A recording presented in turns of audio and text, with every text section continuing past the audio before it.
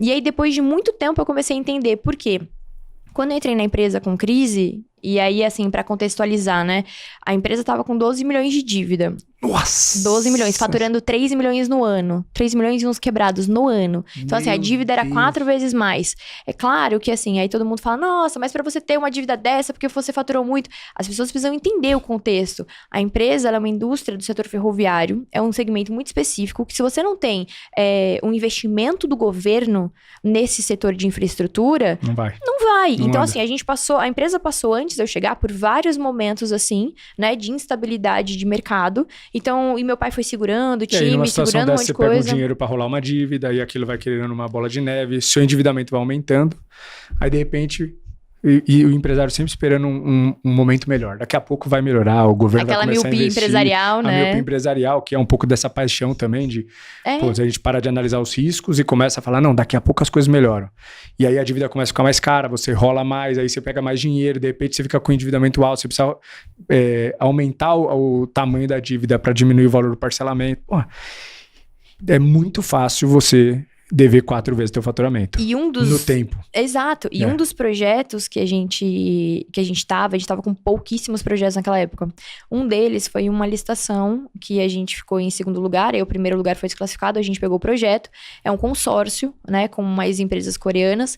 E eles pegaram, naquela época, quando a gente pegou, meu pai tava ainda com uma outra pessoa que tava fazendo a sucessão já há 5 anos pra ele, e eles foram atrás de recursos de capital de giro pra fazer isso daí. O problema é que, assim, não adianta você pegar, e isso eu vejo muito na internet, já fazendo, eu vou abrindo, né, várias janelinhas aqui, a gente fecha Mas tudo tá depois, massa, eu prometo. É. Então, assim, eu vejo muita gente na internet que me pergunta, fala assim, mas eu preciso, como é que você pegou dinheiro? Porque eu preciso pegar dinheiro. Como se a solução do problema de caixa da tua empresa fosse você pegar um dinheiro no banco. E não é. O problema é interno. Só que se você não olha pra dentro, você pega mais dinheiro fora. E eu falo pra eles, gente, eu falo isso com conhecimento de causa. Porque eles pegaram dinheiro fora e esse dinheiro não durou 3 meses dentro da empresa. Não deu pro projeto, o projeto ficou 15 meses suspenso aí, porque licitação pública grande, tem todas essas questões. E aí, quando voltou, já não tinha mais esse dinheiro de capital de giro, porque a empresa estava gastando 1 milhão no mês. Então, adianta você pegar dinheiro de fora e você não administrar o dinheiro que tá dentro? Então, foi assim que eu entendi. Uma das primeiras coisas que eu fiz foi cortar 60% dos custos. Então, a gente caiu de 1 milhão para 400 mil. E eu não tinha 400 mil no mês. Então, assim, era muito difícil a gente fazer as coisas acontecerem. Era muito difícil. Mas foi quando eu entendi que por tudo isso que eu passei... Então, quando eu tava trabalhando com eventos, que foi isso que você falou. Quando eu tava trabalhando com eventos, é solução o tempo inteiro. Nossa, você não tem tempo, você não tem... Trabalhar com evento é um dos setores que eu acho que é mais difícil. Estressante. Você tem que ter uma inteligência emocional surreal. Exato. Você não curte o evento. Exato. Porque quem tá produzindo, cara, não consegue curtir o evento, cara. Não. Nossa, que estresse, Não, e assim, você tá ali trabalhando, né? Porque você tá produzindo pro outro. E só vem problema pra você. Porque quem tá produzindo só sobe problema. Porque o que tá dando certo simplesmente passa desapercebido. Não, eu fiz um evento uma vez, assim, que ele deu em Fortaleza, mas ele deu tudo que você possa imaginar de errado. E uma das coisas foi que a tenda abriu e começou um dilúvio caindo em cima do buffet. Cara. Como é que você faz? Porque assim, é uma coisa que... É uma eventualidade, Exato. acontece. Não tem o que fazer. Entende? Você tem que sair correndo, olhar o desespero e falar, cara, vamos pensar numa solução. Então, eu fiquei 8 anos pensando em solução. É isso. E a gente tinha sempre que ter o plano A, o B, o C, o D, sabe? A gente não para. Seu cérebro passou a trabalhar desse jeito. É isso. Então, quando eu cheguei na empresa e era um problema atrás do outro, eu não conseguia ficar concentrada no problema. Porque eu ficava tentando, tá bom, mas qual é a solução? Qual é a solução? Só que demorou bastante tempo pra eu fazer com que as pessoas entendessem que eles precisavam mudar essa mentalidade. Chegou uma hora que eu falava assim, gente, para de me trazer problema sem solução. Vocês são engenheiros, vocês são os técnicos, vocês entendem do que tá acontecendo aqui. Então, tudo bem vocês me trazerem um problema, mas me tragam uma solução já junto. Pensa qual é a solução. Entende? Porque assim, como é que eu vou arrumar uma solução técnica pro negócio? Eu até sou metida besta, eu faço, né? Eu tento alguma coisa, eu dou algumas ideias, mas assim, a obrigação é de vocês, sabe? Total. Então, o evento me trouxe isso. Trabalhar como atriz além de toda a experiência, e ainda mais que foi uma novela de época, assim, né? Tinha todo o figurino, bombou a novela. Foi a única novela que bateu a Globo. É mesmo? Aham, bateu. Eu lembro que o dia que bateu a audiência, nossa, foi demais. Então, assim, foi muito importante pra mim. E eu aprendi ali, como eu trabalhei como atriz durante um tempo, o que a gente tinha que fazer? Você aprende a ler o subtexto das coisas. Então, eu preciso te dizer uma coisa, verbalmente te dizer uma coisa, mas a minha intenção às vezes é outra. Então isso me fez ter um pouquinho de sensibilidade para ler do outro aquilo que ele não estava me dizendo. Numa negociação com o cliente, numa negociação com o fornecedor, com os colaboradores dentro da empresa. Então tá tudo bem. Aquele me tá tudo trouxe, bem que tem coisas embaradas. Entende? Então me trouxe essa sensibilidade de pegar e falar assim, não, mas peraí, tem algo, alguma não coisa tá que você não tá me batendo isso falando. aí. Entendeu? Não tá batendo, então me trouxe isso. E o fato de ter empreendido, né, me trouxe um conhecimento ali de gestão. É claro que em outras proporções. Quando eu assumi, eu tava acostumada a faturar... Sei lá, o máximo que a gente faturou na pizzaria foi 60 mil. Pra mim já era coisa pra caramba. Foi bem até. Né? Quando eu comecei quando eu assumi ali a Husky, eu tava com 7 mil negativo no banco e eu achava que aquilo ali era o fim do mundo. Eu falava, meu Deus, é juros atrás de juros. Como é que eu vou pagar esse negócio? E é louco porque o empreendedor que nunca deveu, ele precisa quebrar um bloqueio na cabeça dele. Né?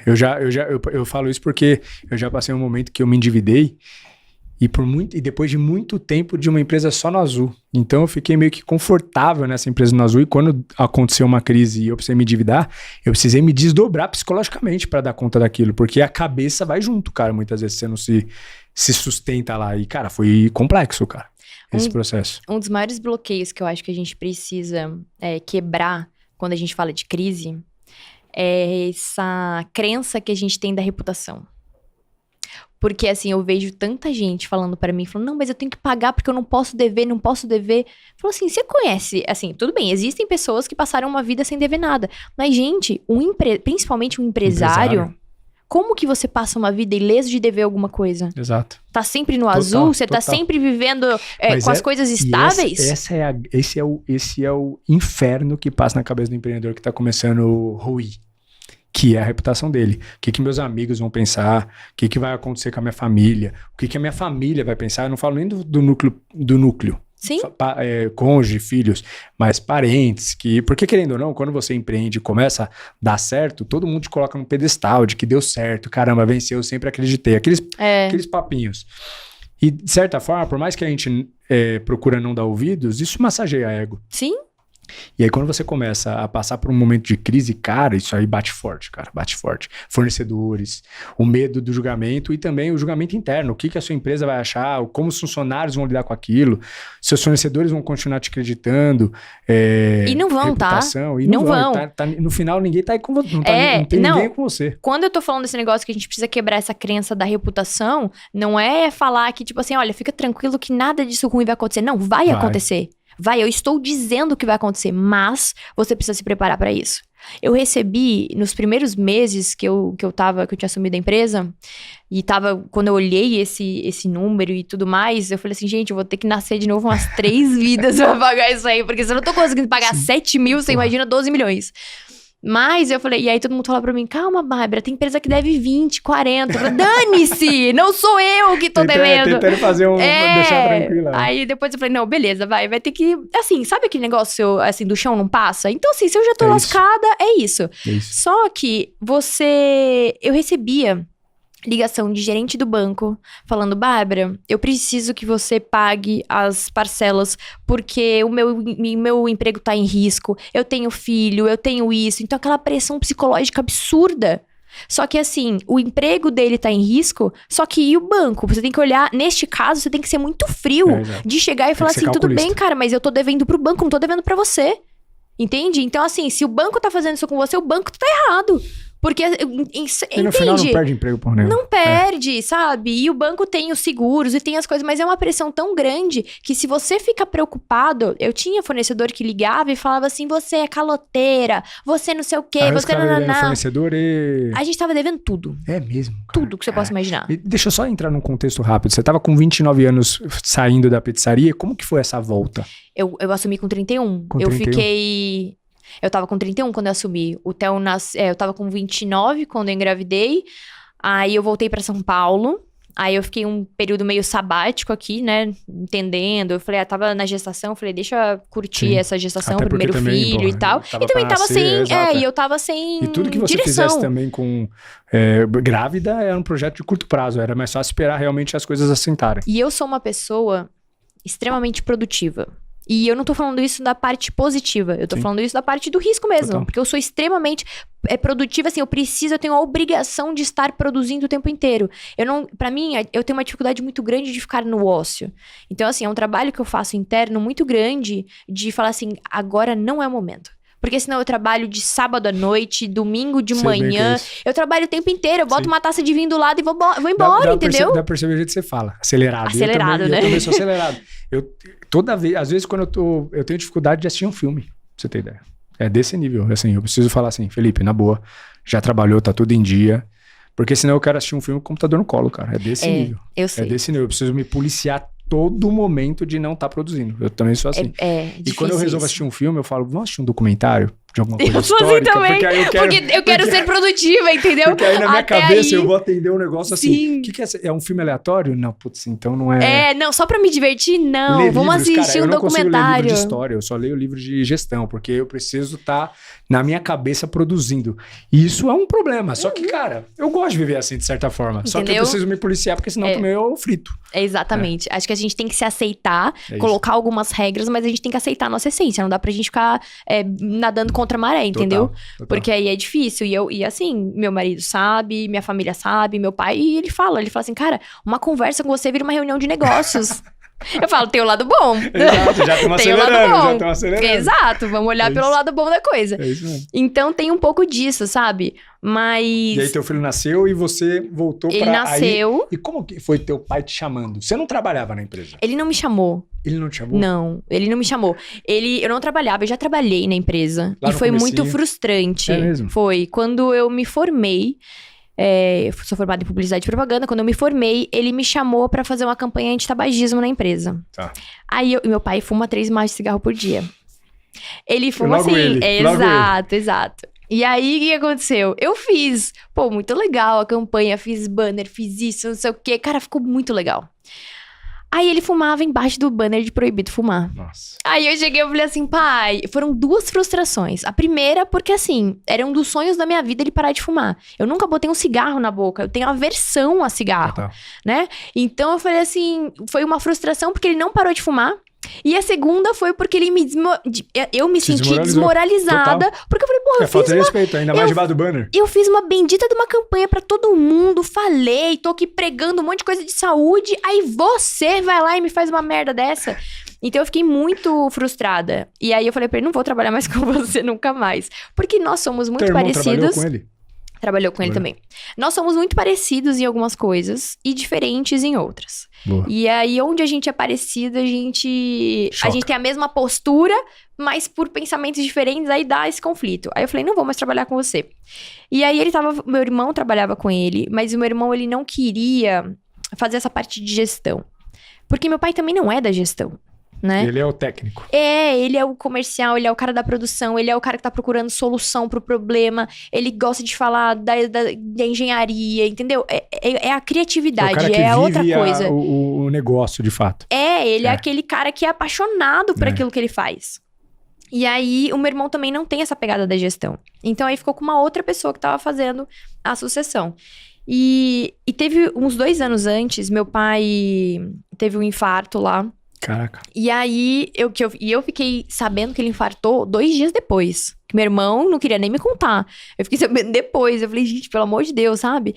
E aí, ele pegou e ele falou pra mim um dia, lá em 2019, ele falou assim, olha, a gente tá com alguns problemas na empresa. E até aquele momento, ele ainda me dava, desde que eu fiz 18 anos, meus pais eram separados, meu pai começou a pagar pensão pra mim, direto pra mim. Boa. E aí eu me virava com a pensão, trabalhava também, era só uma outra ajuda. E meu pai falou, cara, o quanto... essa daí vai ser ótimo pra galera que fala dos herdeiros, né?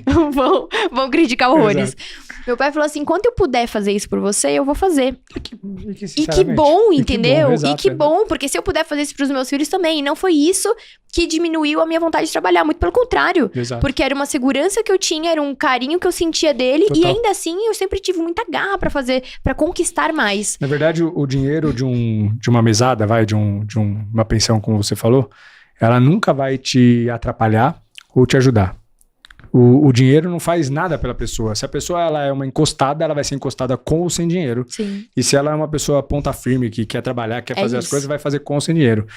Só potencializa. Potencializa no caso que a pessoa já é. Se seu pai já via que você era uma pessoa desenrolada, que queria fazer as coisas, o dinheiro potencializava isso pra você. Exato.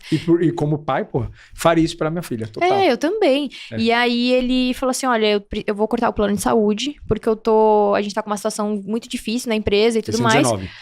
Aí eu falei assim, se ele vai cortar o plano de saúde é porque o negócio tá ruim. Aí eu falei, pai, você não pode, porque ainda mais assim, fuma 3 maços de cigarro por dia, já infartou, é diabético, todo lascado, vai ficar sem plano de saúde. Então isso me acendeu um alerta muito grande. Mas assim, o que foi mais impactante pra mim naquele momento do alerta foi porque assim, a empresa estava com 31 anos também. Meu pai dedicou a vida inteira dele naquela empresa. Eu falei, se a empresa tá mal desse jeito, como ele tá falando, aí eu entrei com os 2 pés na porta. Comecei a pedir pra todo mundo, me dá documento disso, me dá não sei o quê, deixa eu olhar. E assim, não tinha lastro de nada, não tinha fluxo de caixa, não tinha um controle de dívidas, não tinha nada de gestão. Com essa sua atitude de chegar lá e começar... Então, eu sempre fui meio encrenqueira, entendeu? Eu sempre fui vista como a encrenqueira da família. Pai, fica quieto... E aí ele ficou meio receoso, porque ele falou, ela vai causar um rebuliço lá dentro, entendeu? Mas eu acho que ele também tava sentindo que era importante. Era a energia que era necessária. Ele tava sentindo que era importante. Então ele tava tentando fazer aquele, sabe? Não, vem cá, vamos mediar a minha situação ali, a minha entrada com quem já estava lá. Ele tentou fazer essa mediação, mas ele me deixou fazer. Só que a hora que eu peguei e tomei pé das coisas todas, eu cheguei pra ele e falei assim, olha só, a situação é essa. E eu acho que ele nem tinha noção da situação como um todo.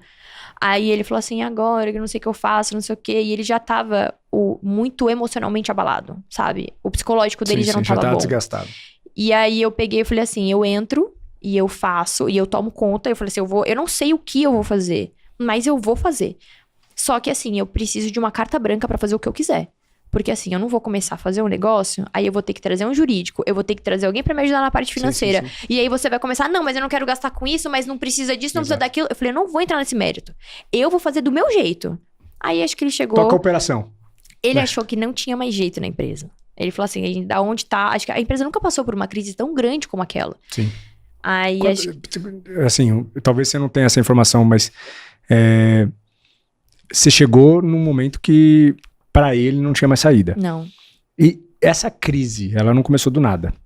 Quanto tempo antes você acha que foi Eu não sei te dizer quanto tempo, porque assim, a gente não tinha muito...